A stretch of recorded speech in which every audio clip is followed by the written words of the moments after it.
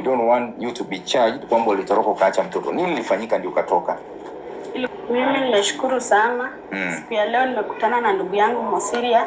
Tumeelewana, tukakubaliana na ninashukuru Mungu amenitafutia job. Amekubali kunikilia jina langu ambalo lilikuwa limechafuliwa Kenya mzima.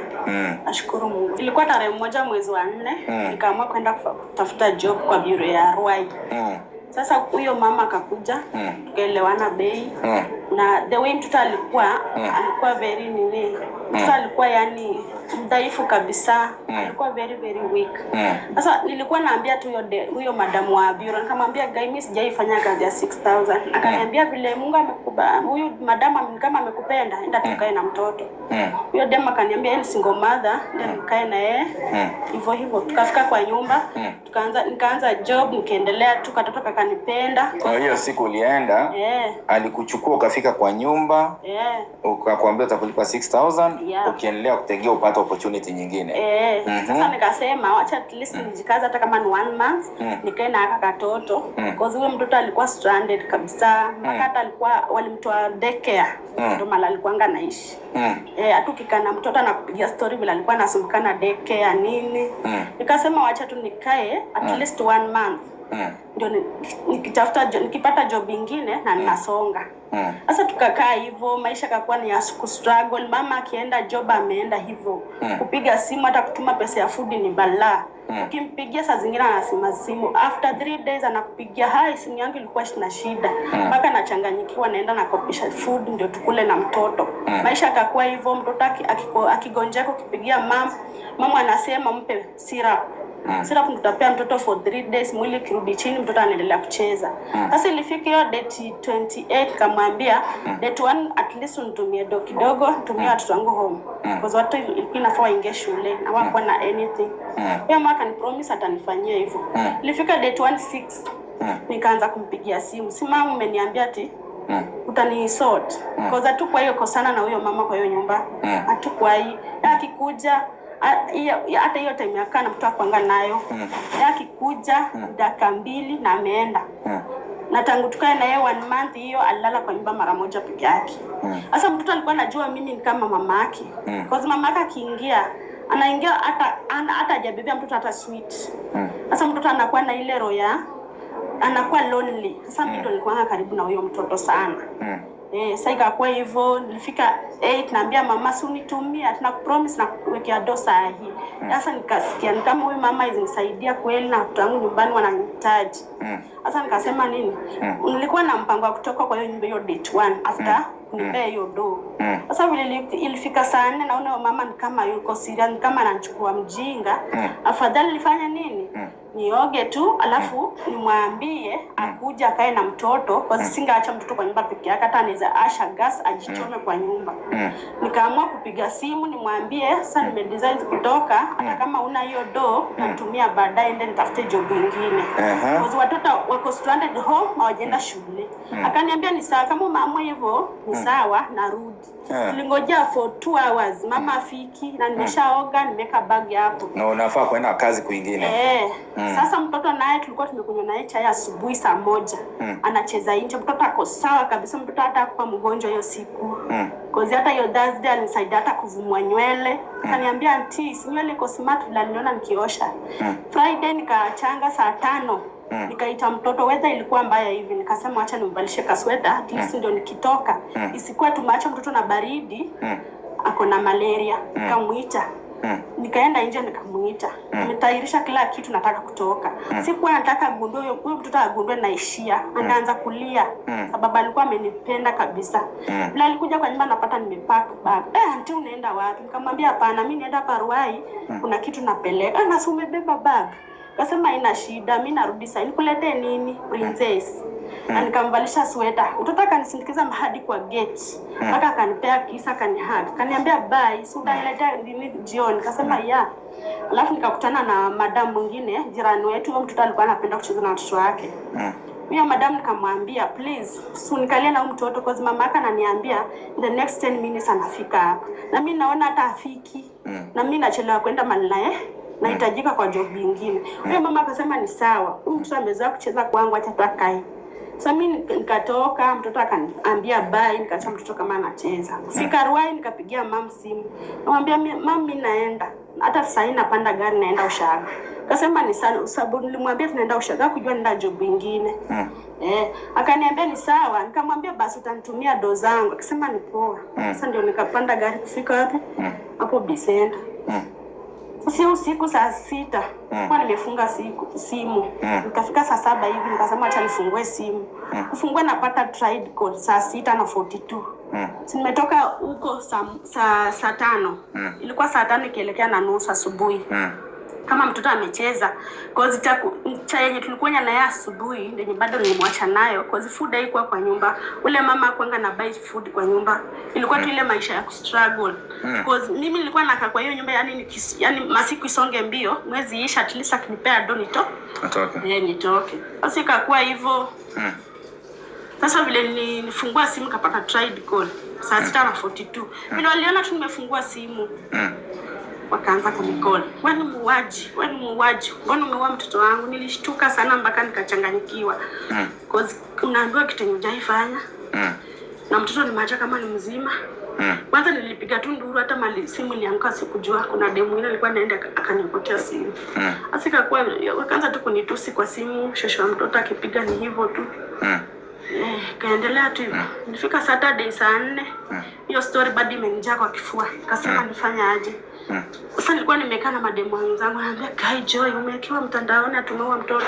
Angalia akasema wewe hata sitaki kumalizia video cha mwenyewe nijipeleke police station. Kama mtu hajaniambia. Nikaenda nikaambia huyo mama pale Bisena kamwambia hai hii maneno naona kama imenijalia kabisa. Afadhali nijipeleke mwenyewe police station vile huko. Sasa vile huyo mama kaniambia uwezi enda police station peke yako. Lazima ndakupea wenzako uende nao kupeleke. Akanipea mademu wawili tukaenda nao. Mademu akaniambia na Joyce mbona uko tuna freedom hata uone ati nini hauna. Nasema kitu yenye sijafanya mimi siwezi nini. Acha niende hata sijaingia kwa police station. Nilikuwa first mara ya kwanza kufika kwa polisi. Nilifika kwa polisi kaanza kuelezea polisi. Kwa hivyo akasema Joy umeua mtoto. Nikajibu nikamwambia vile ilikuwa vile nimeacha mtoto. Daka ilikuwa tu for 1 hour hata haikuisha. Naona na mtu kizuiza inaingia. Mama mtoto. Shosha mtoto ameingia. Nikasema sasa leo.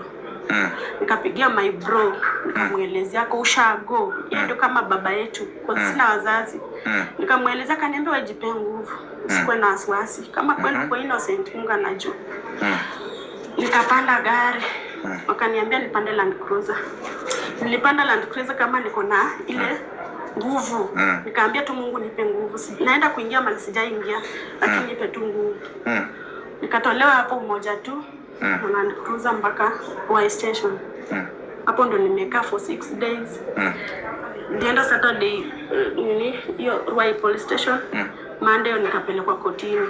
Akaniambia unashtakiwa umeua mtoto. Nikasema no, I can't do that. I am innocent girl. Siwezi na niko na watoto. Siwezi fanyia mwenzangu hivyo. Hata kama tumekosana, siwezi kuchukua makosa ya mama niweke kwa mtoto nimfanyie kitu kama hiyo sababu hata mimi nimezaa na feel ile uchungu ya mtoto. Siwezi fanyia hivyo mtoto. Na vile huyo mtoto alikuwa amenipenda sana. Wakasema ni sawa, tungoje postmortem report. Nikasema ni sawa. Huyo madama akaniambia postmortem ikitoka ati mtoto sio sumu imemuua takuachilia. Akasema amen. Hivyo tukaenda nikarudi cell. Ndio ilikuwa mara yangu ya kwanza kulala cell.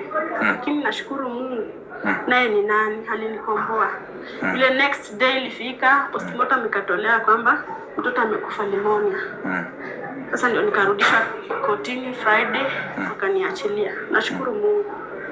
Yes, kwa wale ambao mnanitizama kwa majina anaitwa Geoffrey Mosiria, katibu mkuu wa shirikisho na huduma kwa wananchi Gatuzi la Nairobi.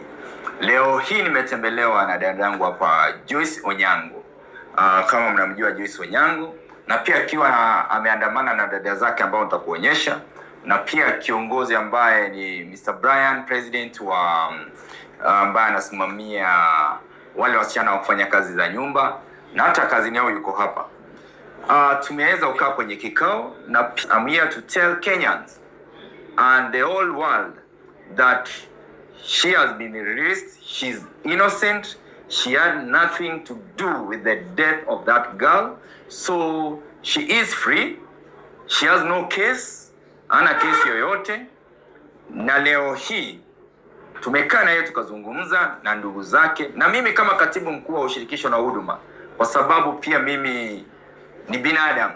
Nimepiga simu 1, 2, 3 kwa marafiki na tumeweza kutafuta kazi ambayo atakuwa anafanya. Nimeongea na director wa ICS College ambaye ako na branches of business including Rabbit Rehabilitation Center. Ameniashua kwamba atampatia kazi ya casual ambaye atakuwa analipwa 17,000. So Joyce, today I want to tell Kenyans that you are an innocent lady, hauna makosa, na tumezungumza na tumekubaliana kwamba utafanya nini?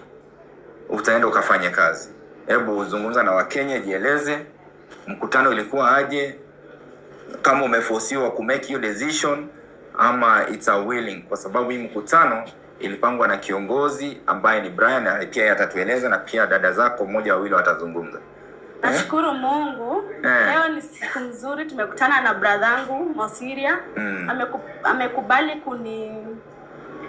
kupatia platform. Nashukuru sana, hata akanipea kazi. Yaani vile anasema ni kwamba nampatia platform pia yeye akilie jina yake, kwa sababu nilimpatia yule dada ambaye alikuwa na accuse, ambayo platform wa Kenya mkatusaidia, mkashare video, akajisalimisha. Na kwanza nataka nimshukuru, kwa sababu ingekuwa ni mtu mwingine angejificha, lakini kwa sababu she was innocent, that's why she surrendered to police station pale Umoja, akafikishwa Ruai. Ulipelekwa kotini? Yeah. Akapelekwa kotini, postmortem ikafanywa na ikaonyesha kilichoua mtoto. Na pia hata wewe iwe ni wewe, lazima ungeshuku. Iwe wewe ni mzazi umepoteza mtoto, lazima ungeshuku mtu, si ndio? Na pia alipotoka pale hakuwa at that time hakuwa amemlipa pesa yake, na huyu ndiye alikuwa kama mama ya mtoto. Kuna story amenieleza, yeye ndiye alikuwa kama mama ya mtoto, yeye ndiye alikuwa na leo huyo mtoto. Si ndio? Hebu nieleze, wewe ulikuwa unaachiwa mtoto? Mimi ndio nilikuwa nalea huyo mtoto. Huyo mtoto alikuwa ananiita mpaka mama. Kwa sababu huyo mama hakuwa na shughuli na mtoto. Yeye akitoka ametoka hivyo. So nasikia, but all in all pia nitampatanisha na yule mama ambaye alikuwa anafanyia kazi, pia wao waweze kusameana, na yeye pia kwa sababu ya ile accusation pia yeye waweze kupatanishwa, kwa sababu sitaki waishi na uadui.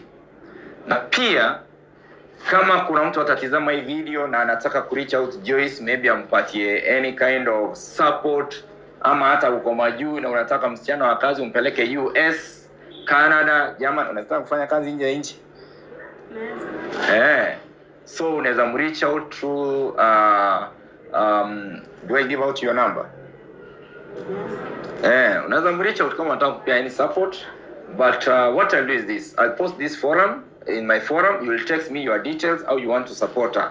Kwa sababu we also don't want our number to be in public domain. Kuna wale wataanza kumwandikia message wakimbuli, wakimharas, wengine wakianza kumuongelesha. So me, I'm happy we have made peace, because with me I didn't have any problem with that. I was only communicating, na hata nimewaeleza na tumesikizana.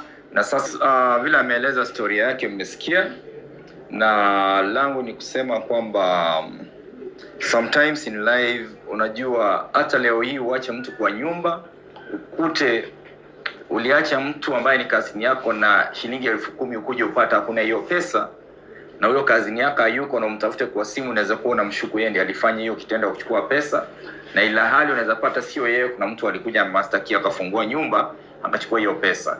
So kwa sababu huyu dada amenieleza, nimempatia platform, na kwa sababu ni mama ako na watoto, mimi mwenyewe from my heart nimesema acha nimsaidie apate kazi, na nimeongea na one of the directors who is my friend, ambaye amempa kazi, niambia ende saa hii kwa college assign to one of his institutions, mahali atafanya kazi ya casual labor ambayo atamlipa 17,000.